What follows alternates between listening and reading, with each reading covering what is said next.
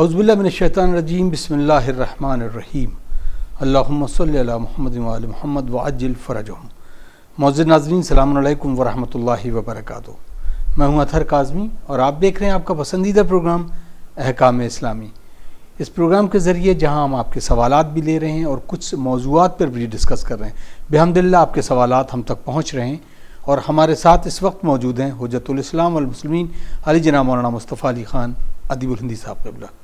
قبل اس سے کہ ان کا استقبال کیا جائے، آئیے ایک حدیث آپ حضرات کی اذہان عالیہ تک پہنچانے کی کوشش کریں۔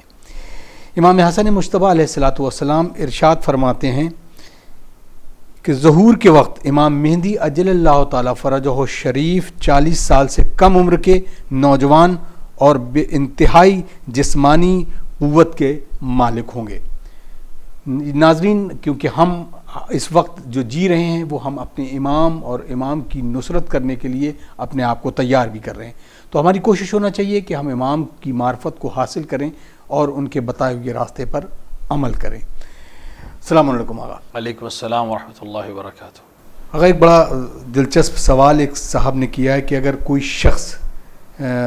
ریپ کرتا ہے، خدا نخواستہ استغفر اللہ، یا کسی خاتون کے ساتھ زبردستی کی جاتی ہے اور اگر اس کو اس ملک کے اعتبار سے یا کسی بھی طرح سے جسٹس نہیں ملتا ہے تو اسلامی نقطہ نظر کیا ہونا چاہیے؟ اعوذ باللہ من الشیطان الرجیم، بسم اللہ الرحمن الرحیم، الحمدللہ رب العالمین، وصلی اللہ علی سیدنا محمد وعلیہ الطیبین الطاہرین۔ دیکھیے، جتنے بھی احکامات ہیں، تعزیرات ہیں اور اس طرح کے جو مسائل ہیں جو عوامی ہیں اور جس کے اندر احکام اسلامی موجود ہیں، وہ تبھی عملی ہو سکتے ہیں جب حکومت اسلام کی ہو، یعنی حاکم شرعیت حکومت کر رہی ہو۔ چونکہ حکومت شرعی نہیں ہے اور شریعت نہیں رکھتی ہے، لہٰذا اگر کوئی قانون بنا بھی دیا جائے اور اس پہ عمل بھی ہو جائے تب بھی یہ شخص بری ذمہ نہیں ہوگا۔ اب رہی بات یہ کہ اگر کوئی ظلم علیاذ باللہ کوئی شخص ایسا عمل کرے یا کوئی خاتون خدا نہ کردہ اس طرح کے کسی عمل کا شکار ہو اور مظلوم واقع ہو، مظلومہ واقع ہو اور اس کو اس ملک کے حساب سے بھی انصاف نہ ملے، تو بہرحال یہاں پر اسلامی حکومت اس لیے خاموش ہے کہ اس کے پاس حکومت نہیں ہے۔ حکم موجود ہے لیکن حکم کو عملی ہونے کے لیے حاکم کی ضرورت ہے۔ یہ جو ضرورت ایک مسلسل بحث ہے، امامت کے سلسلے کی اور ضرورت ہے امام کی اور امام کی حکومت کی، وہ اسی لیے ہے کہ یہ جو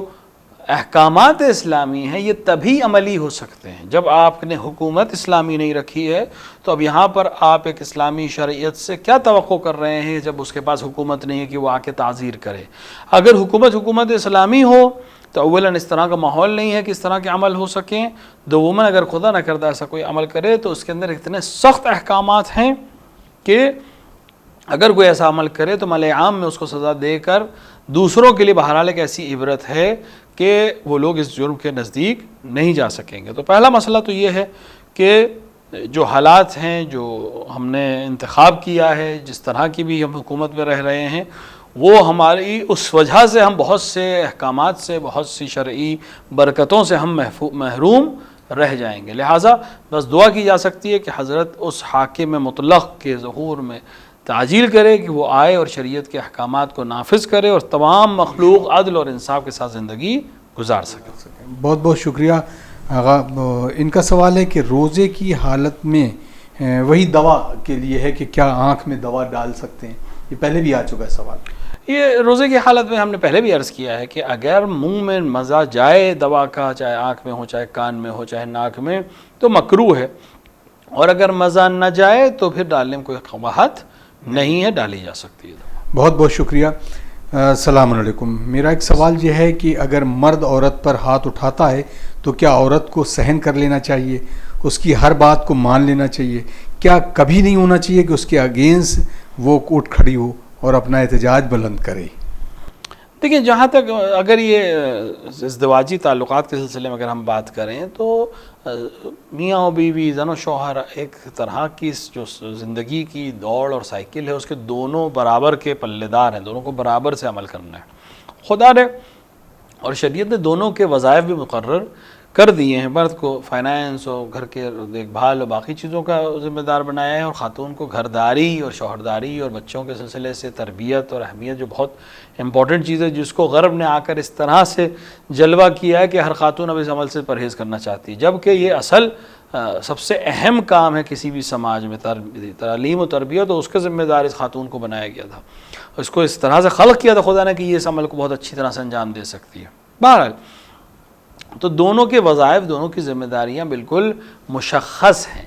اب اگر اس پہ کوئی کسی کے ساتھ زیادتی کرتا ہے، مثلا خدا نہ کرتا کوئی مرد اپنی زوجہ پہ ہاتھ اٹھاتا ہے، تو میں نے شاید پہلے بھی اس روایت کو پیش کیا تھا کہ رسول اکرم صلی اللہ علیہ وآلہ کے ایک صحابی کا انتقال ہوا، رسول نے اس کی تشییع میں شرکت کی۔ مدینہ میں جو بھی لوگ انتقال کرتے رسول اللہ نے، ضروری نہیں کہ رسول تشییع کرتے ہوں سب کی، لہٰذا لیکن اس شخص کی تشییع جنازہ میں رسول نے خود شرکت کی اور اس کے جنازے کو کاندھا بھی دیا، اس کی قبر کو تیار کرانے میں مدد کی، اس کے بعد اس کے جنازے پہ نماز پڑھی اور اس کو دفن کیا۔ لوگوں نے وہاں پر کہا کہ یہ تو بہشتی ہے، جنتی ہے، سب کچھ تو رسول نے کیا اس کے لیے۔ رسول اکرم ابھی اس کی قبر پہ کھڑے ہوئے تھے۔ رسول اکرم سے کس نے کہا؟ کس چیز نے تمہارے ذہن میں یہ گمان لایا کہ یہ بہشتی؟ ابھی اس کے فشار قبر ہوا، ابھی جب ہم یہاں کھڑے ہوئے ہیں۔ تو لوگوں کا یا رسول اللہ کیوں؟ کہا کیوں کی؟ یہ اپنے گھر میں اپنے گھر والوں سے تھوڑے سے بدلے ہوئے لہجے سے بات کرتا تھا، ظلم نہیں کرتا تھا، صرف بدلے ہوئے لہجے سے بات کرتا تھا، لہٰذا قبر میں اس سے شدید حساب کتاب ہو رہا ہے۔ چھ بس ہے کہ انسان ظلم کرے، زیادتی کرے، ضرب و شتم کرے، یہ کہیں سے بھی صحیح عمل نہیں ہے، لہٰذا ہمیں اس کا خیال رکھنا چاہیے۔ اگر قرآن نے یا حدیث میں اجازت دی ہے تعذیب کرنے کی تو اس کا یہ مطلب نہیں کہ ضرب لگا سکتے ہیں۔ تعذیب کا مطلب یہ ہے کہ غصے کا اظہار کر کے اگر کسی بات پہ زوجہ نے بات نہیں مانی ہے یا آپ کے حق کو ضائع کیا تو اپنے ناراضگی کا اظہار زبان کے ذریعے کسی عمل کے ذریعے کر سکتے ہیں، لیکن ضرب اور شتم اس کی اجازت بالکل نہیں ہے۔ ایک مسئلہ ہے۔ دوسرا مسئلہ ہے کہ اب خاتون کیا کر سکتی ہے؟ دو مرحلے۔ اگر وہ سہن کر سکتی ہے خدا کے لیے، اس سے اچھا کچھ نہیں ہے، لیکن اگر اس کا سہن کرنا اس کے ظلم کی زیادتی کا سبب بن رہا ہے، یعنی اس کا جتنا وہ سہن کر رہی اتنا اس کو ظلم میں، بس بعض لوگوں کے اندر مسئلہ ہوتا ہے کہ آپ جب سہن کریں تو اور ظلم کرتے ہیں اور زیادتی کرتے ہیں، تو وہاں پر یہ صحیح عمل نہیں ہے۔ کسی کو ثالث بنا کر، کسی کے ذریعے سے اس کو سمجھا کر بتا کر اگر وہ حل کر سکتا ہے تو ٹھیک ہے، ورنہ شریعت نے اپنے اس شخص کو، اس زوجہ کو یہ اجازت دی ہے کہ وہ اس شخص سے جدا ہو سکتی ہے۔ یہ جو ہمارے یہاں رائج ہے کہ اب جیسا بھی ہے گزارنی ہے، نہیں، اگر اچھی طرح سے گزار سکتے ہیں، سکون سے گزار سکتے ہیں، گناہوں سے محفوظ رکھ کے گزار سکتے ہیں تو بالکل، وہ اللہ شریعت نے ولو پسندیدہ عمل نہیں ہے شریعت کو، لیکن اس نے اجازت اسی لیے دی ہے جدائی کی اور طلاق کی کہ اس طرح کے مسائل میں زیادتی کسی کے ساتھ نہ ہو، لہٰذا اگر مسلسل ظلم اس پر ہو رہا ہے تو وہ اپنے آپ کو الگ کر سکتی ہے۔ بہت بہت شکریہ۔ ناظرین، ہم کیونکہ سماجیات کو بھی بہت ڈسکس کر رہے ہیں، کچھ ذہن میں سوال ہوتے ہیں اور اس سوالوں کو ہم آگاہ کے سامنے رکھتے ہیں اور یقیناً مجھے تو بڑا خوبصورت جوابات بھی ملتے ہیں۔ ایک سوال جو میرے ذہن میں آیا ہے، شاید آپ کے ذہنوں میں بھی ہو، میں آگاہ کے سامنے رکھتا ہوں۔ اگر اب شادی کا جو ایک مسئلہ ہے، ہاں ہم اپنے یہاں سمجھتے ہیں کہ ایک کانٹریکٹ ہے ایک زن و شوہر کے درمیان، لیکن ایک جو محبت ہے، اس محبت میں بہت سارے عمل ایسے ہیں کہ وہ جا بجا کرتی ہے خاتون اس لمحے کو، اور بہت ساری شریعت کے خلاف بھی عمل ہوتے ہیں اس کو محبت کے تقاضے کے اعتبار سے۔ تو ایک انسان کو اس کانٹریکٹ جو عقد ہے اس کے علاوہ بھی کس طریقے کے آداب سکھائے ہیں جو یہ زندگی خوشگوار ہو بچوں کے ساتھ؟ حالانکہ جیسے کہ بچوں کی اب شیر پلانے کی بات ہے کہ وہ اس کے اوپر ضروری نہیں ہے ماں کے اوپر، وہ اس کے باپ اس کی دیت یا اس کو دینا پڑے گا، لیکن ایک محبت ہے، مامتا ہے، وہ دیتی ہے۔ اس طرح کے جو مرحلے ہوتے ہیں اس پر میں چاہتا ہوں کہ آپ کچھ روشنی ڈال دیں۔ دیکھیے، بالکل آپ نے اچھا اشارہ کیا، کچھ چیزیں ایسی ہوتی ہیں ہم زن و شوہر کی زندگی یا بلکہ پوری سماجیات کی زندگی کو ہم صرف واجب اور حرام اور حق اور ناحق کے اوپر ختم نہیں کر سکتے، یعنی یہ واجب ہے، یہ ہمارا حق ہے، یہ واجب ہے، تمہارا حق ہے، اس کے اوپر یہ شریعت نے ایک معیار، ایک حد بیان کی ہے، یعنی یہ ہونا چاہیے، یعنی ایسا تو ہونا ہی چاہیے، اس سے خراب نہیں ہونا چاہیے۔ اب اس کے بعد جو آپ کریں گے وہ احسن ہے، احسان ہے، عملی ہے۔ اس طرح مثال کے طور کے اوپر انسان نماز واجب اس کے اوپر کی گئی ہے 17 رکعت، تو اس کا یہ مطلب نہیں کہ وہ 18 رکعت نماز نہیں پڑھ سکتا، نہیں، 17 واجب کی نیت سے پڑھے گا، باقی وہ مستحب نماز پڑھے گا، 2 رکعت صبح کی پڑھے گا، مثال کے طور پر مستحب صبح سے پہلے، یہ نوافل جو ہم روزمرہ کی پڑھتے ہیں یہ مستحب نمازیں الگ استحقاق پھر انسان رکھتا ہے، واجب اتنا ہے کہ کم سے کم یہ تو تمہیں پڑھنا ہی پڑھنا ہے۔ تو یہ جو واجب حقوق ہیں کہ خاتون کو چاہیے کہ شوہر کے ان حقوق کی رعایت کرے، یہ واجب ہے اس کے اوپر. شوہر کو چاہیے کہ اس کے نان و نفقے اور کھانے پینے کا انتظام کرے، یہ واجب ہے اس کے اوپر.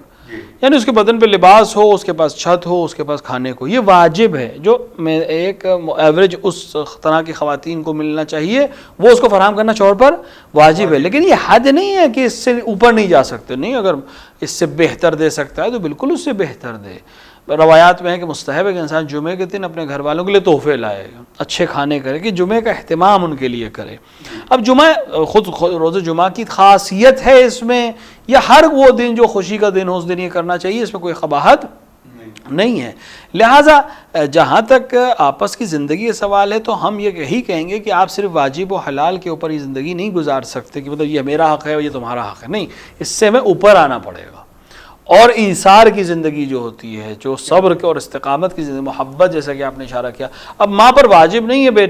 بچے کو پہلے دودھ کے بعد دوسرا دودھ دینا. باپ کی ذمہ داری ہے کہ بچے کی کفالت کرے، باپ کی ذمہ داری ہے کہ بچے کے لیے غذا کا انتظام کرے. لیکن اب ماں اس کو اپنے سینے سے لگا کر خون جگر کر پلا رہی ہے تو یہ اس کی ممتا بھی ہے اور اجر ثواب کی بھی مستحق ہوتی ہے. وہ کیونکہ اس پہ واجب تو ہے نہیں، وہ ایک عمل انجام دے رہی ہے، اجرت بھی نہیں لے رہی ہے،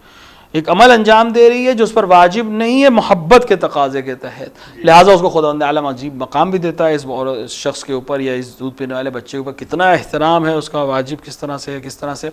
کہ ایک شخص نے آ کے رسول اکرم سے پوچھا کہ میں نے اپنی والدہ کے لیے اس طرح خدمت کی ہے اور میں اس طرح سے جاگتا ہوں، ان کو کھانا کھلاتا ہوں، ان کو ہر طرح کے مسائل ان کے میں حل کر رہا ہوں، بہت ضعیف ہو چکی، کیا میں نے ان کا کچھ ادا کیا؟ رسول اکرم نے فرمایا کہ اگر تم اس کوہ احد کے برابر اگر سونا بھی تصدق کر دو تو اس کی ایک رات کی جاگنے کی قیمت ادا نہیں کر سکتے ہو. لہٰذا تم اس ذہن و گمان میں بھی نہ رکھو کہ برابری کر سکتے ہو یا ادا کر سکتے ہو. جو اس نے کیا ہے اس کے تم برابری نہیں کر سکتے. تو ماں اگر جو عمل کرتی ہے اس کا عظیم ثواب ہے بارگاہ الہیہ میں. اور اسی طرح شوہر کی خدمت میں شوہر کے ساتھ حسن سلوک رکھنا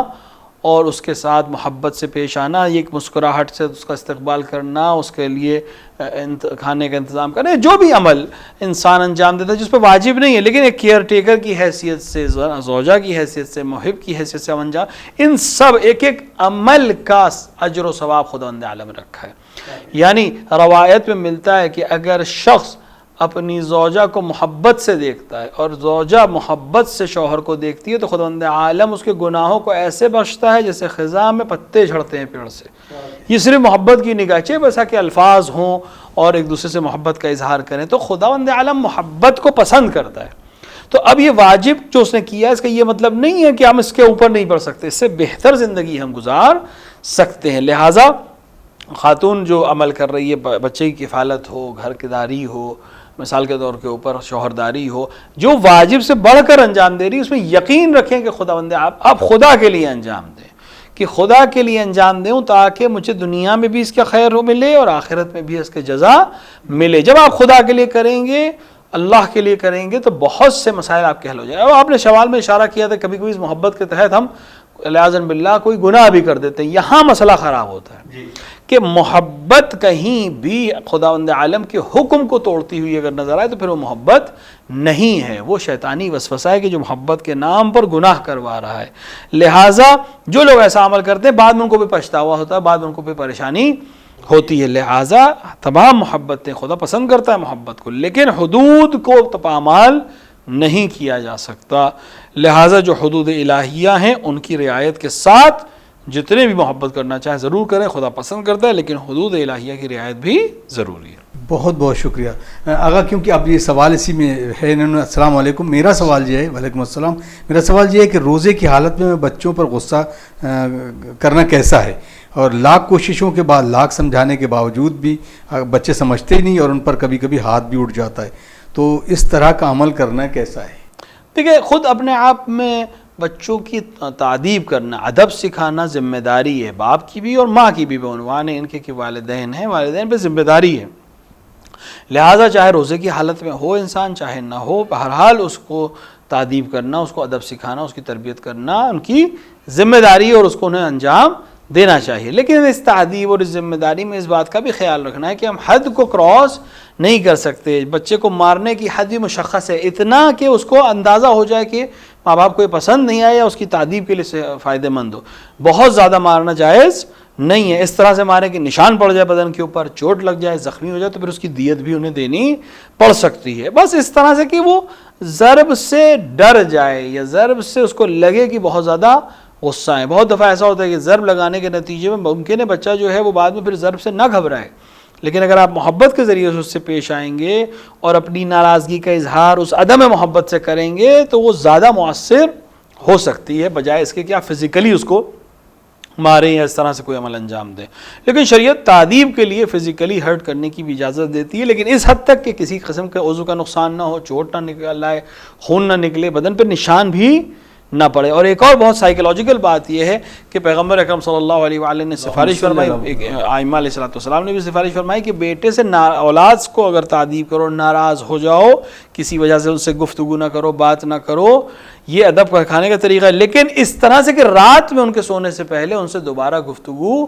کر لینا. ایسا نہ ہو کہ وہ سوتے وقت تک بھی اس کیفیت میں سوئیں کہ تم ان سے بات نہیں کرو. کتنا عجیب اس کے اندر سائیکولوجیکل, آج کی سائیکولوجی اس بات کی تائید کرتی ہے کہ اگر بچہ اس طرح کے ماحول میں سو رہا ہے جہاں باپ اس سے رات میں بات نہیں کرتا ہے یا اس سے کئی دن بات نہیں کرتا ہے, تو یہ بچہ ذہنی طور پر بہت الگ طرح سے رشد پائے گا اور کل نقصان دہ ہو سکتا ہے سماج کے لیے. لہٰذا اسلام اجازت دے رہا ہے غصہ کرنے کی, اسلام اجازت دے رہا ہے تعذیب کرنے کی, لیکن حد بیان کر رہا ہے کہ فزیکلی اس کو بہت ڈیمیج نہیں کر رہا, مینٹلی بھی اس کو بہت زیادہ نقصان نہیں پہنچانا ہے. محبت کے ذریعے سے جو بات سمجھائی جاتی ہے وہ زیادہ آسانی سے انسان قبول کرتا ہے. لہٰذا والدین کو چاہیے اور جو روزہ دار لوگ ہیں ان کو چاہیے کہ اس ماہ مبارک میں جس طرح اپنے آپ پہ کنٹرول سیکھا ہے ویسے یہ کنٹرول بھی سیکھیں کہ ہم بچوں کو اور کتنی بہتر طریقے سے تعذیب کر سکتے ہیں, اور محبت کے ذریعے سے اگر تربیت کی جائے تو سب سے بہترین طریقہ ہے. بہت بہت شکریہ. تو ناظرین, لائیو ٹرانسمیشن کے ذریعے ہم جڑے ہیں آپ سے, آپ کے پسندیدہ پروگرام احکام اسلامی میں. آج خصوصاً کچھ یہ آپ کہیں کہ یہ حسن اتفاق ہے کہ زیادہ تر سوال جو ہے وہ اسی طریقے سے ہیں کہ ریلیشن اور اس کو کیسے بلڈ اپ کیا جائے اور کس طرح سے ہم آپس کی زندگی, خصوصاً ایک زن و شوہر کی, ایک ماں باپ کی, بچوں کے لیے اور ان تمام معاشرے کو کیسے خوبصورت بنایا جا سکتا ہے. ایک اور سوال اسی طرح سے آیا ہے, انہوں نے سلام کیا, السلام علیکم مولانا صاحب, میرا سوال یہ ہے کہ میرے شوہر کبھی بھی میری کسی بات کی تعریف نہیں کرتے, چاہے وہ کھانا ہو, ہر بات پر جھڑکی لگاتے ہیں, اور کبھی کبھی تو یہ ہوتا ہے کہ وہ کھانے کے مین میخ بھی بہت نکالتے ہیں, اور کبھی کبھی میں بھی میرے دل سے میں بدظن ہو جاتی ہوں. تو یہ بتائیں کہ میرا عمل کیسا ہے. میں کوشش کرتی ہوں کہ کیونکہ میرا شوہر ہے میں اس سے محبت کا اظہار کروں, وہ کبھی بھی محبت کا اظہار بھی نہیں کرتے. تو یہ عمل بھی اکثر کر کے یہ سوالات ویسے بھی ہوتے ہیں, اگر کیسے زندگی جی جائے, یہ ایک فلسفہ ہے. بہت سارے لوگ جو ہیں کچھ زیادہ اسمارٹ بنتے ہیں تو وہ ایک سائیکالوجسٹ کے پاس چلے جائیں گے, سائیکیٹرسٹ کے پاس, جو اپنی زندگی کو خوشگوار کرنا چاہتے ہیں, اور کچھ لوگ ہوتے ہیں وہ کرنا ہی نہیں چاہتے. تو دین نے جو آداب بتائیں اس کے اعتبار سے کیسے کام کیا؟ بالکل انہوں نے جو سوال پوچھا اس کا جواب تقریباً ہم دے رہے تھے بیچ کے جوابات میں کہ دیکھیں یہ جو عمل کر رہی ہیں یہ اپنے آپ میں بہت اچھا عمل ہے کہ بہرحال صحیح, اور کوشش یہ ہے کہ شوہر کو اچھا لگے, شوہر کے لیے اچھا کھانا پکا سکیں, اس کے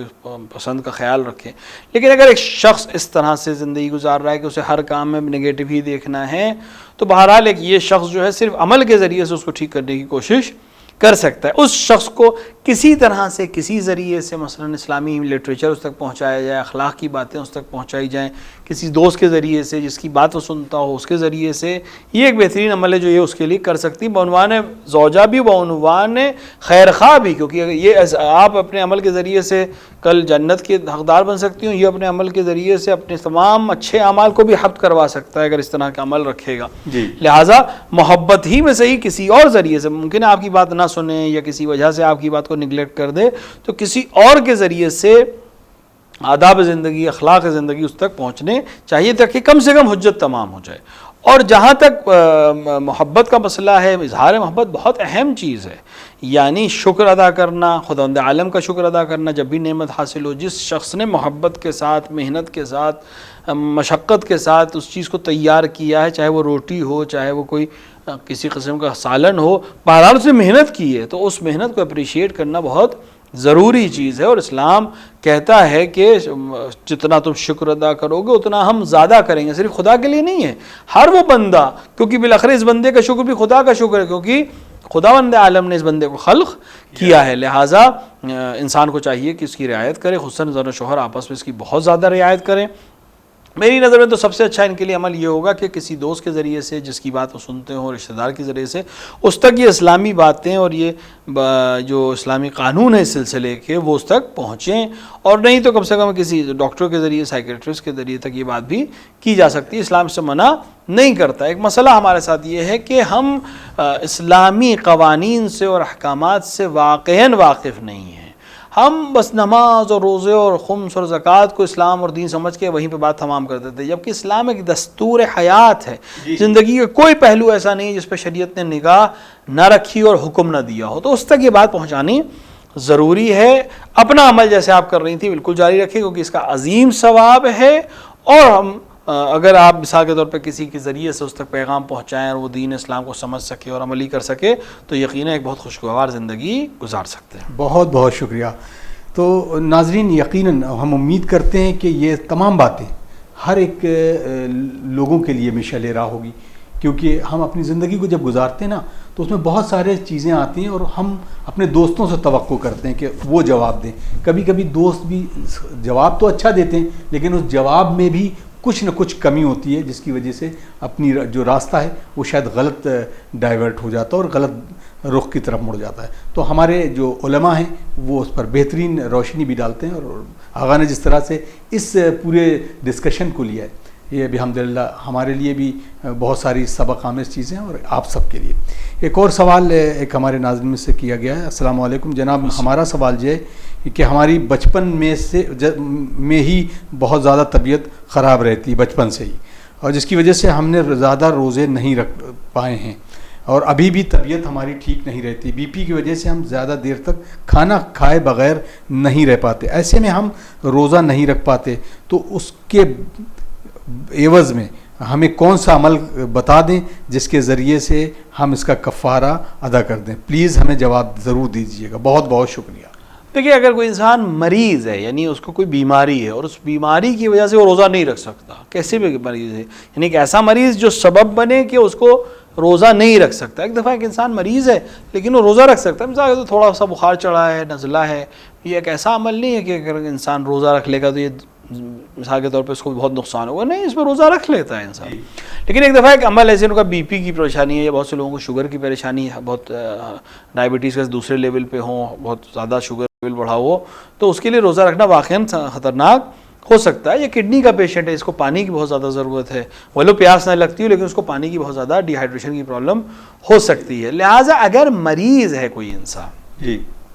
تو قرآن نے جو روزے کی شرط رکھی اس پہ ایک شرط یہ کہ تو مریض نہ ہو انسان اور مسافر نہ ہو انسان، لہٰذا جیسے ہی وہ مریض ہو اس کے اوپر روزہ نہیں ہے۔ اب اگر یہ جو اس کا مرض ہے یہ اس رمضان سے اگلے رمضان تک کنٹینیو رہا تو اس کے اوپر کوئی روزہ نہیں ہے، صرف اس کو ایک مطعم ہر روزے کے عوض میں دینا ہوگا۔ ایک مطعم یعنی 750 گرام گندم، جو اس طرح کی کوئی چیز، یا اس کی قیمت کسی فقیر کو، مسکین کو دے گا۔ اگر بیچ میں ٹھیک ہو گیا، مثال کے طور پہ یہ پیشنٹ ہے لیکن مثال کے طور پہ سردیوں میں روزہ رکھ سکتا ہے، مثال کے طور پہ ایسے موسم میں یا کسی ایسے علاقے میں چلا جائے جہاں روزہ رکھ سکتا ہے، تو پھر اس کی ذمہ داری ہے کہ یہ روزے کی قضا کرے، اور پھر اس کے اوپر اور کوئی چیز نہیں ہے۔ یعنی اگر روزے کی قضا کر سکتا ہے اگلے رمضان تک، صحت ہو گئی تھی یا ماحول بدلنے کی وجہ سے یا علاقہ بدلنے کی وجہ سے رکھ سکتا ہے، تو پھر اس کے اوپر قضا ہے اور کوئی بھی چیز کے اوپر نہیں ہے۔ لیکن اگر ٹھیک ہو گیا، روزہ رکھ سکتا تھا، ماحول ٹھیک تھا اور نہیں رکھا، تو روزے کی قضا اس کی گردن پہ باقی رہے گی، اگلے رمضان کے گزرنے کے بعد بھی باقی رہے گی، جب چاہے رکھے، اور کفارہ تاخیر بھی اس کو دینا پڑے گا، جو وہی ایک مطعم ہے۔ بس اگر دو مسئلہ ہے، مریض ہے، بالکل اجازت نہیں، بالکل اجازت نہیں، بالکل وقت بالکل تمام ہو چلا ہے، انشاءاللہ اس کو ڈسکس کریں گے ناظرین، بالکل بھی اجازت نہیں کہ ہم مزید گفتگو کریں۔ آئیے دعا کرتے ہیں اپنے وقت کے امام کی حضور کے ظہور کی تعجیل کے لیے۔ اللہم اجل ولیک الفرج۔